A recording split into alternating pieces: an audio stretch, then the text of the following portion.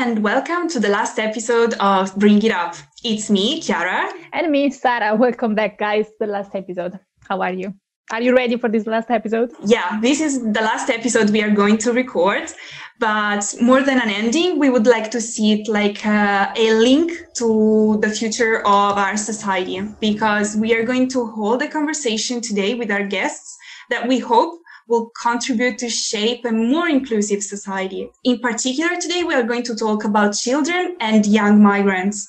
With the help of our guests, in fact, we are going to deepen into the current legislation concerning them, especially when they are unaccompanied.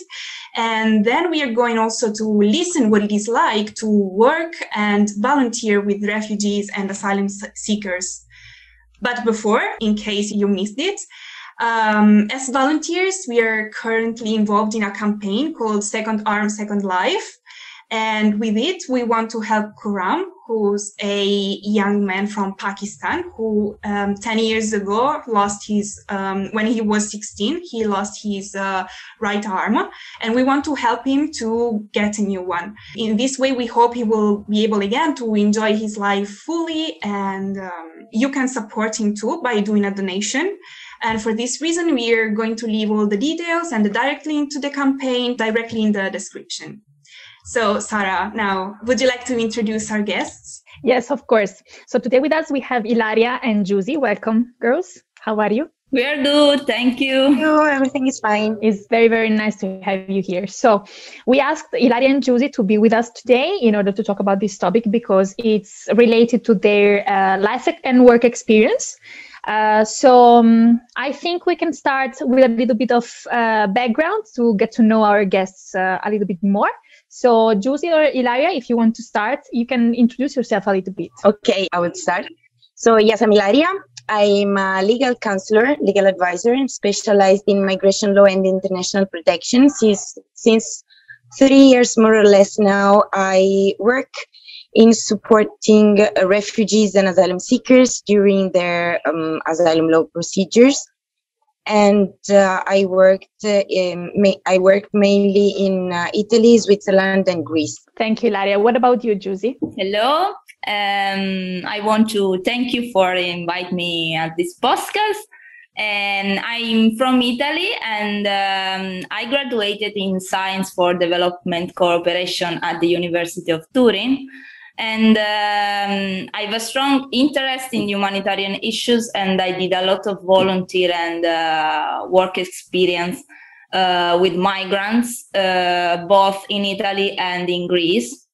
And actually, I'm involved in a European Solidarity Corps program with ARSIS NGO, which is a big organization working in Thessaloniki and also in Greece. And at the same time, I'm volunteer for another organization which is called QRT, and is based in the Avatar refugee camp. We hope to hear more from you both. So maybe it's time to start with the first question. Sarah, you had some data from the 2020. Maybe this can help us understand what is the current legislation concerning the migration flow of young migrants. And maybe Ilaria can help us understand more what's going on in our countries. Yes, of course.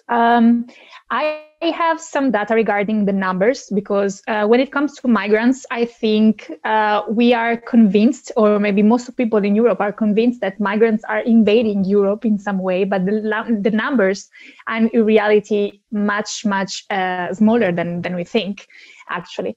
But still, I have some data from UNICEF that I found on UNICEF website regarding refugee children. And it says that in Europe, from January to June 2020, I think it's the most recent data that I could find regarding children, refugee children. More than 6,000 children arrived in Greece, Italy, Bulgaria, Spain, Cyprus, and Malta. 14% of them were girls and 86% of them were boys. This number is much less than the one recorded in 2019, because it was in 2019 it was up to more than 8,000 children arriving in Europe. Of these 6,000 children, a little bit more than 2,000 were unaccompanied, so they were separated from their families, so no one was with them. And they were all almost all resettled in Germany, France, Greece, Spain, and the UK. So this is like a comforting data, I guess. Regarding asylum seeking, so first of all, I wanted to ask Ilaria if you can clear a little bit more the difference between migrant and refugee, because it's a little bit confusing sometimes. Yeah, exactly. And especially because migration is something that is part of the human history since its beginning. And it's really important at the beginning to distinguish between migration and first migration. So considering that the majority of the first displaced people are displaced internally of their countries of origin, there is still a huge number of people that are forced to leave their countries, so to go outside the borders of their countries, and that's not having other choice to move regularly, start a very dangerous journey to reach especially Europe. And in fact, as you mentioned, the countries that host the most of refugees and asylum seekers in the world are the countries that are at the borders of the country of origins of the asylum seekers themselves. And for example, concerning the migration path through Europe, we should also remember that Turkey is the first country and is the country that hosts the most of people. While in the EU, while a lot of people think that countries like Italy, Spain, or Greece are the countries that host a huge number of refugees, in fact, it's Germany that hosts the highest number of refugees. And nowadays, I believe that the main routes to enter Europe still remains via land, the Balkan Route, so Turkey and Greece, and then yes, the Balkan Route to Germany and other countries like Scandinavian countries, and via sea. And of course, the first countries are Spain, Italy, and Greece. And among these people, children are still a huge number, a significant number, and yes, most of them are unaccompanied. So, but when it comes to draw a line to mark the difference between migrant and refugee, when a migrant becomes a refugee? Yes, a migrant becomes a refugee when he doesn't choose to leave the country. So the migrant is to say a person that decides to leave his country of origin or country, and it's the distinction is not that clear sometimes, but the Universal Declaration of Human Rights distinguish migration and first migration. So it provides the rights to people to choose to move to another country, but it provides also the rights to people to seek for asylum in another country when their life is in danger in their country of origin and they are not safe. So the government is not able to support them and to keep them safe in their own country. So this is the main difference. Perfect. Thank you for making it more clear for us. Regarding asylum seekers in Europe, still between January and June 2020, the requests for asylum were more than 215,000 in Europe, and 69,000 of them were requests made by children. I mean, they were minors, so they were of course, helped by legal advisors, I guess, in order for them to require the asylum seeker state. And Syria continued to be the most common country of origin of most of those children who are now asylum seekers, followed by Afghanistan, Iraq, Venezuela, Colombia, and Eritrea. So again, Germany, as you were mentioning, Ilaria, Germany remained the top destination for asylum seekers, and followed by France, Greece, Spain, and also the UK. Among all these requests, 74,000 decisions were issued, and 60% of them were positive. But still, of this 60% positive, we have to distinguish between three different kinds of protection that are provided for refugees, I guess. One is when a person is granted the refugee status. One is the subsidiary protection, and one is the humanitarian status. So, Ilaria, I wanted to ask you if you can explain us more about this different kind of protection and what's the difference between the three of them. So yes, basically the asylum system divides the different kind of protection in two main grades. So at first we have the refugee status, which is the highest level of protection, let's say. And it's something that is related to a fear of persecution that is due to five main reasons. So for persecution, for reasons depending on race, nationality, religion, political opinions, and the belonging of the persecuted people to a certain social group, like a certain kind of professions. So it's sufficient to think about like journalists or lawyers in some countries, or minorities also. So like people related to LGBT groups or yes, minorities in general. And so this is the highest level of how to say, the highest level of protection, because it's something that it's really personal and really depends on the persecution of a person. So that has name, surname, and date of birth, and it's something really personal. The second level is the subsidiary protection, because in general, even if a people is not persecuted for one of these five reasons, or more of these five reasons, the asylum seeker cannot be sent back to a country which is not safe. So a country where there is a general situation of violence, conflicts, like wars, or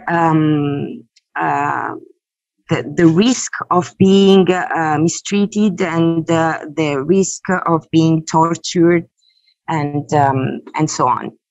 So these are the two main levels of protection. And it's interesting in this case because, for example, Syrian people theoretically belonging to the subsidiary protection because their country is in war, so is not a personal persecution of every people in the country. But then Syrian people are recognized as refugees because of their nationality. So it is believed that they are persecuted because they are Syrians, which is also right, of course. And then all the countries in the European Union, every law of the country provides another kind of protection, which is a national one. So it's various and different from country to country.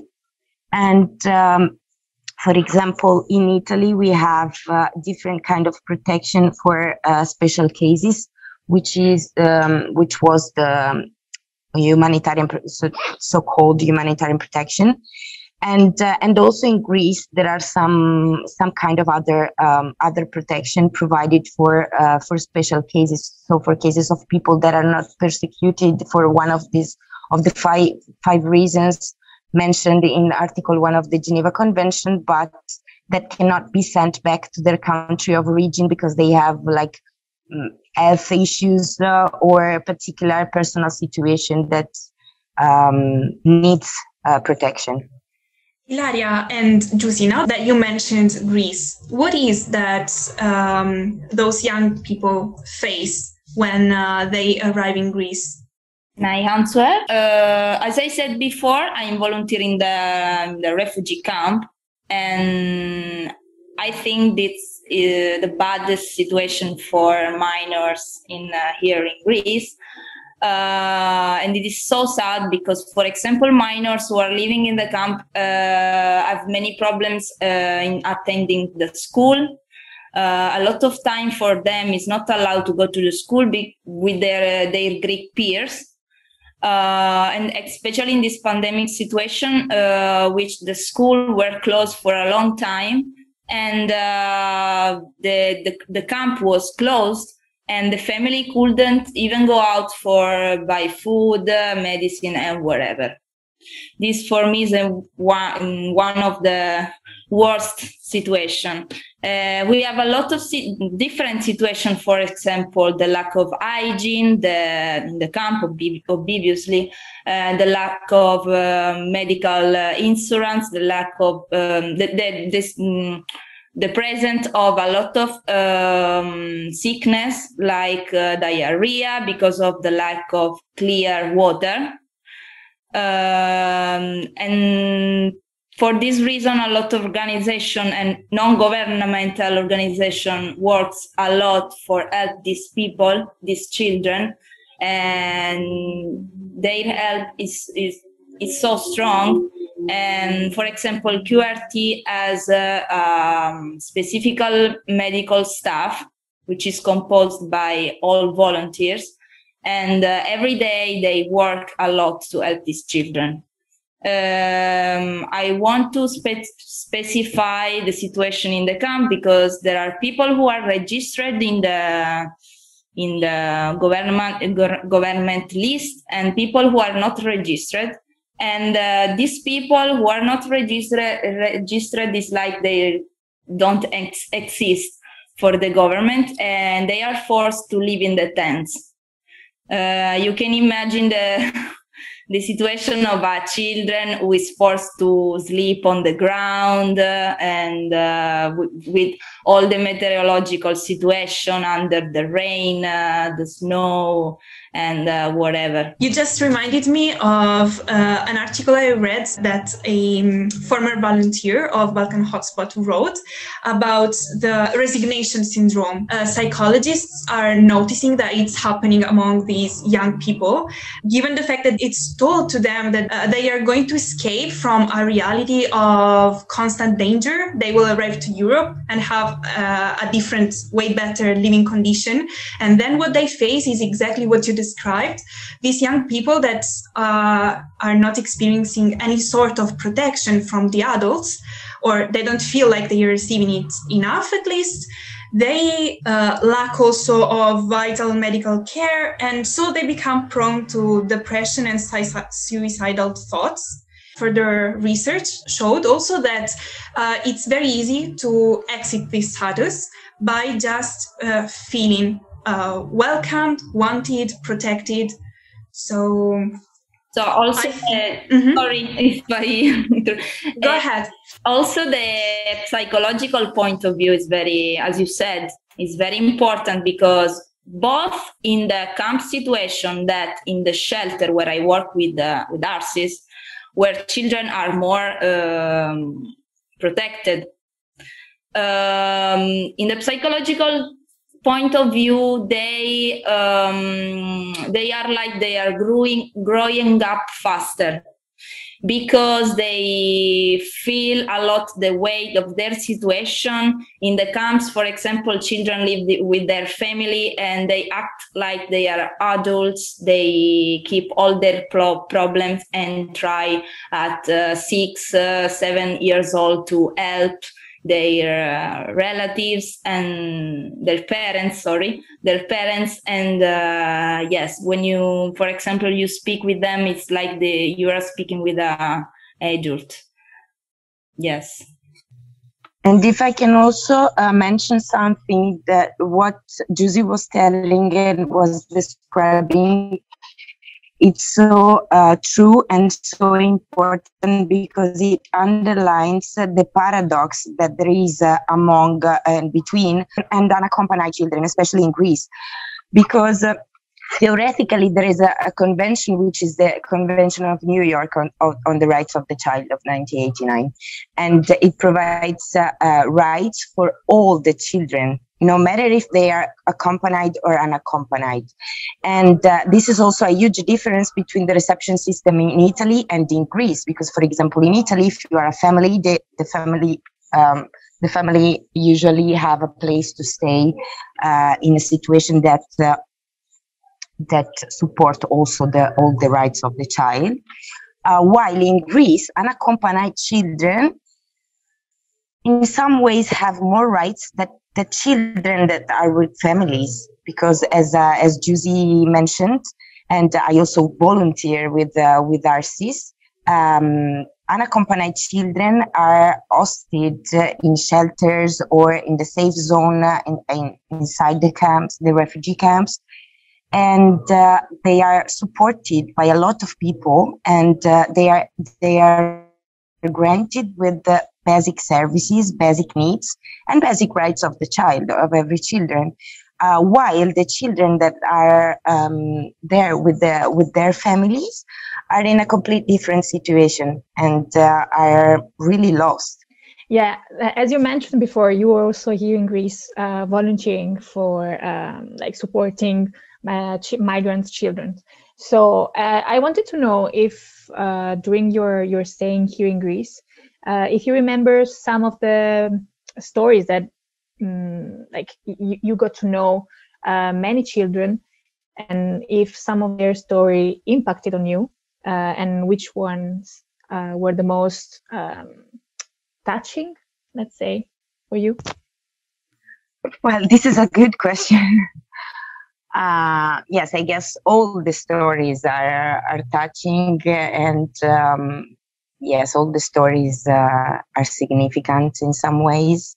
More or less, they are all the same. Like, okay, they are all different, but they are all the same. So there are children that were left alone in their own country, and so they just decided to left, and children that were encouraged by their families and parents to leave their countries because of various problems that they faced.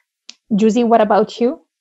I don't know about the specific story of someone, but you know that these people come from very strong situation, like exploitation and victim of traffickings and whatever. So it's so hard to know this. And in general, in the camp, for example, we work with girls, with a group of girls, because in some cultures the girls are feel the weight of the male. I don't know how to explain it.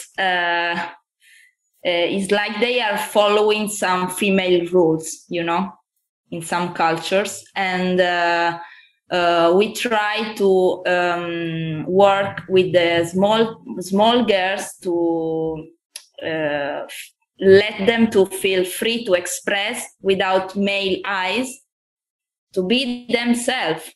Only this. And also, if I can add something now that it comes to my, not that it comes to my mind, but I was reflecting about that, is that sometimes, especially with children, there is no need to know everything about their story. And unless, of course, you have to prepare them for the asylum interview or whatever. But in general, what they need the most is to think about the present and to think about the future. And once they trust you enough, and once they want you to know something more about them, they will tell you. But it's not the most important thing, especially with children, because they really need to be supported from really having an holistic approach and thinking about the present and the future mostly. I would like to ask you if then, with your experience, the one you gained across the years with your studies, but also with your direct experience here in Greece, if there's something that you would like to change in the way the Greek government faces the situation. And I'm asking you this because I happened to read about the so-called refugee education project, that it was instituted, if I'm not wrong, a few years ago. And the idea was to call the refugee education coordinators And these were people that were some sort of cultural mediators and were supposed to provide some sort of support with the education, with the education of those young migrants, especially children. But in the end, what happened is that these migrants were not included inside, they were not welcomed inside the Greek classes. They were studying in some sort of premises close to the schools. They were never fully integrated. So for this reason, I've read that some further steps could be like instead of creating specific classes for young migrants, to integrate them actually within the Greek classes. And another thing could be educate teachers and other social workers to face this problem of the integration of young people. So definitely there's a problem of integration. How do you feel about it? What is your opinion on this? I want to respond very quickly. And in these last years, I saw that unfortunately the situation has not changed. I came here in Thessaloniki 2 years ago for a volunteer program, and I see that the situation maybe is worse than before because of this change of government that, as you said, doesn't promote the inclusion, and at the same time are trying to make obstacles for the non-governmental organization that wants to help these people. Yes, and I absolutely agree, and I also think that it's really important that every country provides refugees, asylum seekers, and migrants in general with some integration program. But it's specifically in the case of Greece, we have to think about that for a lot of people, like I believe most of the asylum seekers there, Greece doesn't mean Greece. Greece does mean Europe. So it's a problem most and foremost of Europe, and Europe needs to change something in the management of the first reception countries, and so the countries at the borders that are not, as we mentioned, overcrowded. Sometimes yes, because it's sufficient to think about the islands in Greece, and of course they are overcrowded with people, and the system of the integration of asylum seekers, according to me, should start prior that from education, that of course is a basic right of the child, should start from the choice of the migrants. That of course it's impossible to think about the idea that every asylum seeker can choose where to go to ask asylum, but this Dublin regulation in particular that force people to stay in some countries makes